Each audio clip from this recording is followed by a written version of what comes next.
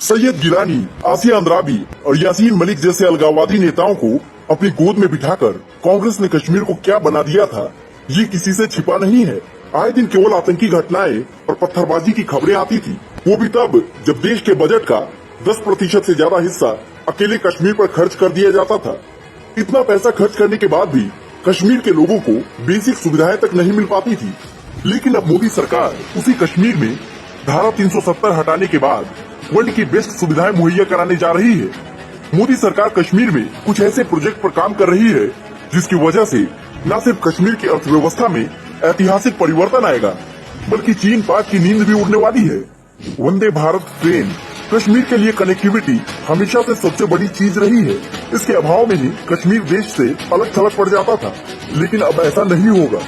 आप जल्दी ही कश्मीर में भारत की सबसे आधुनिक high speed Vande Bharat train को फर्राटे भरते देखेंगे। इसकी वजह से जो नागरिक अपना सफर 12 घंटे में तय कर पाते थे, वो घटकर आधी रह जाएगी। साल में कई महीनों तक बर्फबारी और लैंडस्लाइड झेलने वाले कश्मीर में वंदे भारत का सपना पूरा होना इतना आसान नहीं था। इसे पूरा करने में मोदी सरकार को एक और लड़ाई लड़नी पड़ी, जिसका नाम है उधमपुर श्रीनगर बारामूला रेलवे लाइन, जिस पर वंदे भारत ट्रेन चलेगी। मोदी सरकार के सामने ये प्रोजेक्ट सबसे बड़ी बाधा थी, जो कांग्रेस की ही देन थी। ये प्रोजेक्ट कांग्रेसियों की नाकामी का जीता जागता उदाहरण है। साल 1994 में ही पीवी नरसिम्हा राव ने इस प्रोजेक्ट की नींव रखी। 13 सालों तक सत्ता में रहने के बाद भी कांग्रेसी इस प्रोजेक्ट को पूरा नहीं करवा सकी, लेकिन मोदी सरकार ने मात्र 9 साल के कार्यकाल में इस प्रोजेक्ट का काम पूरा करवा दिया और जनवरी 2024 तक इसका उद्घाटन भी हो जाएगा। क्यों अहम था ये project? Udhampur Srinagar Baramulla railway line project की वजह से जम्मू कश्मीर के सामाजिक अर्थव्यवस्था को बूस्ट मिलेगा।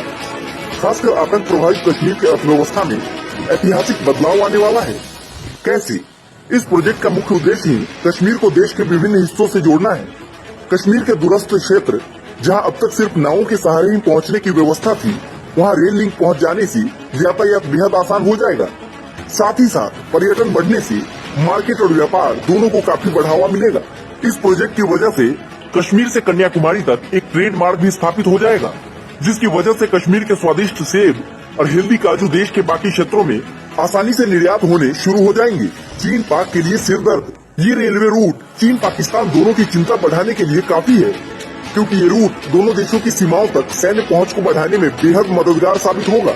इन रूट्स की मदद से बेहद ही कम समय में सैन्य मदद और हथियार दोनों ही देशों के सीमाओं पर पहुंचाए जा सकते हैं। इन सभी रूट्स की खासियत ये है कि इन रूट्स पर बनने वाले टनल्स और ब्रिज पर किसी भी लैंडस्लाइड या भूकंप का असर नहीं होगा। मतलब कि बिना रुके कश्मीर वासी आसानी से सफर कर सकेंगे। और सबसे बड़ी बात, ये रूट दुनिया की सबसे ऊंची रेल ब्रिज चिनाब के ऊपर से होकर गुजरेगी, जो भारत की शानदार इंजीनियरिंग कौशल की मिसाल है। इस प्रोजेक्ट की सबसे जरूरी बात यह है कि इसकी वजह से कश्मीर सीधे तौर पर पूरे देश से जुड़ जाएगा। मोदी सरकार ने जिस काम को मात्र 9 साल में ही पूरा करके दिखा दिया है, क्या ये काम कांग्रेस के दशकों साल के कार्यकाल में संभव नहीं थे? ये काम तो अभी पूरे हो सकते थे, लेकिन अलगाववादियों को बढ़ावा देकर कांग्रेसियों ने चंद वोटों की खातिर कश्मीर को हमेशा के लिए आतंक और पिछड़ेपन में जीने को छोड़ दिया था।